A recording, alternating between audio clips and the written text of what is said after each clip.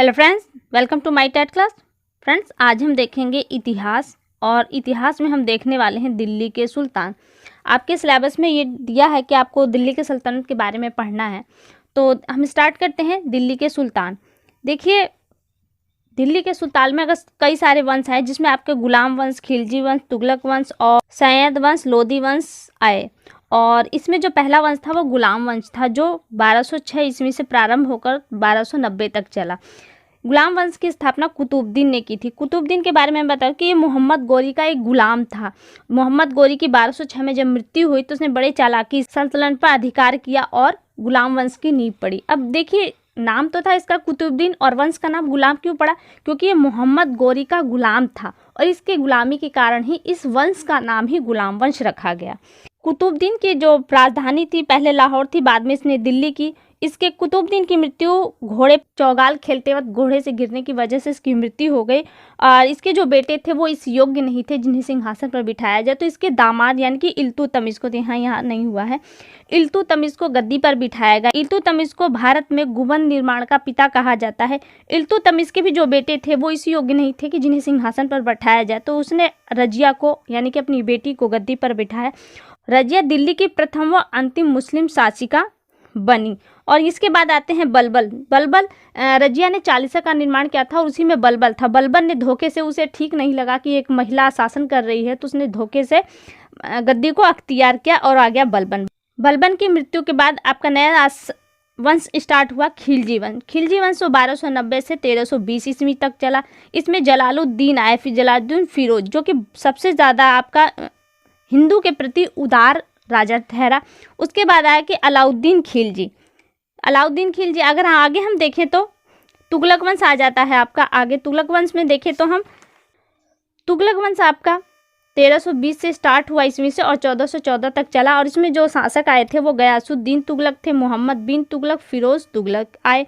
मोहम्मद बिन तुगलक को सबसे मूर्ख राजा की उपाधि दी गई थी। वहीं पे आपका सैयद वंश आ जाता है। सैयद वंश जो 1414 ईस्वी से 1451 ईस्वी तक चला। उसके बाद आया आपका लोधी वंश। लोधी वंश जो 1451 ईस्वी से प्रारंभ होकर 1526 तक चला। और लोधी वंश में आपके बहलोल लोधी, सिकंदर लोधी और इब्राहिम लोधी आए, जिसमें सिकंदर लोधी सबसे महान शासक के रूप में सामने आया। इससे रिलेटेड मैंने यहाँ पे 21 महत्वपूर्ण प्रश्न लिए हैं, ताकि देखिए, इतिहास ऐसी चीज़ें जो पढ़ने के बाद दिमाग से सरक सी जाती हैं, तो हम अभ्यास भी करते चले तो ज़्यादा अच्छा होगा। तो देखिए, हमने यहाँ पे प्रश्नों को लिया है। पहला प्रश्न है, दिल्ली के किस सुल्तान ने अपनी आत्मकथा लिखी? मोहम्मद बिन तुगलक ने, सिकंदर लोदी ने, या फिर फिरोज तुगलक, या इनमें से कोई नहीं? तो फिरोज तुगलक ने अपनी आत्मकथा लिखी थी। ऑप्शन 3 आपका यहाँ पे सही है। अगला है, सिजदा एवं पाबोस प्रथा का प्रारंभ किसने किया? तो देखिए, बलबन बहुत ही कट्टर शासक था और इसने ऐसे ऐसे नियम लगाए जो जनता को अच्छे नहीं लगते। सिजदा एवं पाबोस एक ऐसी प्रथा थी जिसमें सुल्तान के सामने लेट कर से इनके पैरों को चूमना होता था। तो ये किसने प्रारंभ किया था? ऑप्शन 3 देखिए आपका बलबन है। आगे देखिए, तूतीय हिंद किसे कहा जाता है? मीर खुसरो को, अलबरूनी को, अबुल फजल को, या फिर बलबन को? तो तूतीय हिंद यानी कि हिंद का तोता अबुल फजल को कहा जाता है। ऑप्शन 3 आपका यहाँ पे सही है। चौथा प्रश्न देखिए, चौथा प्रश्न है, निम्न में से किस शासक ने लौह एवं रक्त की नीति का पालन किया था? इल्तुतमिश, बलबन ने, अलाउद्दीन खिलजी, मोहम्मद बिन तुगलक? मैंने कहा बलबन बहुत ही कट्टरपंथी स्वभाव का था, तो लौह एवं रक्त की जो नीति थी वो बलबन की थी। ऑप्शन 2 यहाँ पे आपका सही है। अगला देखिए, स्थायी सेना की प्रथा किसने प्रारंभ की? पहले सेना तो होती थी लेकिन स्थायी रूप से नहीं होती, तो इस स्थायी सेना का प्रारंभ किसने किया था? इल्तुतमिश ने, रजिया ने, अलाउद्दीन खिलजी ने, मोहम्मद बिन तुगलक ने? तो अलाउद्दीन खिलजी ने स्थायी सेना का प्रारंभ किया था प्रथा को। अगला प्रश्न है, मोहम्मद बिन तुगलक ने अपनी राजधानी दिल्ली कहाँ से स्थानांतरित की? मोहम्मद बिन तुगलक की जो पहली राजधानी थी वो दिल्ली थी। दिल्ली से उसने दौलताबाद में ट्रांसफ़र की थी अपनी राजधानी को। तो ऑप्शन 2 आपका यहाँ पे सही है, दौलताबाद। आगे देखिए, सातवां प्रश्न है, ब्राह्मणों पर सर्वप्रथम जजिया कर किसने लगाया था? जजिया कर एक धार्मिक कर था। किसने लगाया? इल्तुतमिश ने, बलबन ने, फिरोज तुगलक ने, अलाउद्दीन खिलजी ने? तो जजिया कर फिरोज तुगलक ने लगाया था, जो एक धार्मिक कर था। ऑप्शन 3 आपका यहाँ पे सही है। आगे देखिए, सांकेतिक मुद्रा का प्रचलन किसने किया था? इल्तुतमिश ने, अलाउद्दीन खिलजी ने, मोहम्मद बिन तुगलक ने, उपरोक्त में सभी? तो सांकेतिक मुद्रा यानी कि जो सिक्के होते हैं उस पर संकेत बने होते थे, वो किसने प्रारंभ किए थे? तो मोहम्मद बिन तुगलक ने। ऑप्शन 3 आपका यहाँ पे सही है। भारत में मुगल वंश का शासक कौन है? तो ये बहुत अच्छी तरीके से जानते होंगे कि बाबर है। पहला ऑप्शन इसका सही है।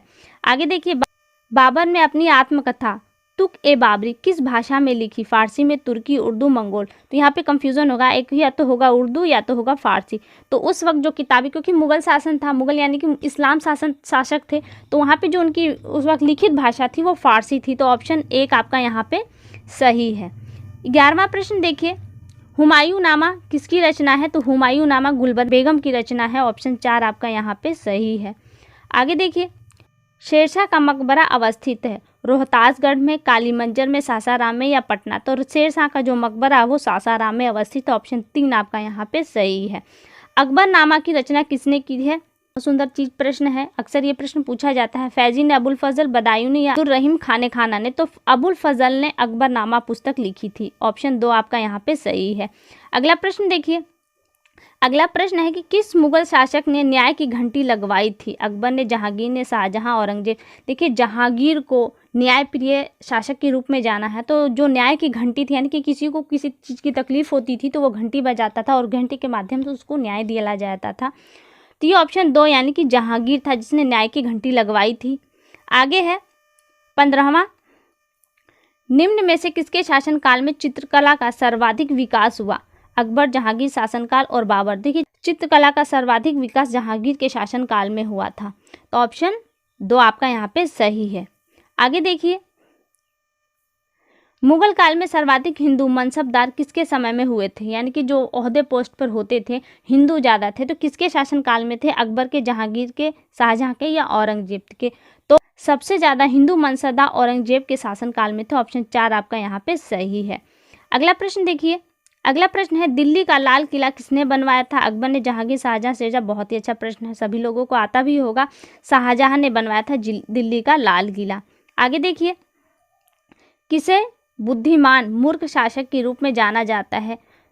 गयासुद्दीन तुगलक, मोहम्मद बिन तुगलक, फिरोज तुगलक या अलाउद्दीन खिलजी? तो मोहम्मद बिन तुगलक को सबसे बुद्धिमान और मूर्ख शासक कहा जाता है, क्योंकि इसने देखिए 3 नियम बनाए थे और तीनों नियम आगे चल के एकदम फ्लॉप हो गए, जिसके कारण से इसे बुद्धिमान किंतु मूर्ख शासक के रूप में जाना जाता है।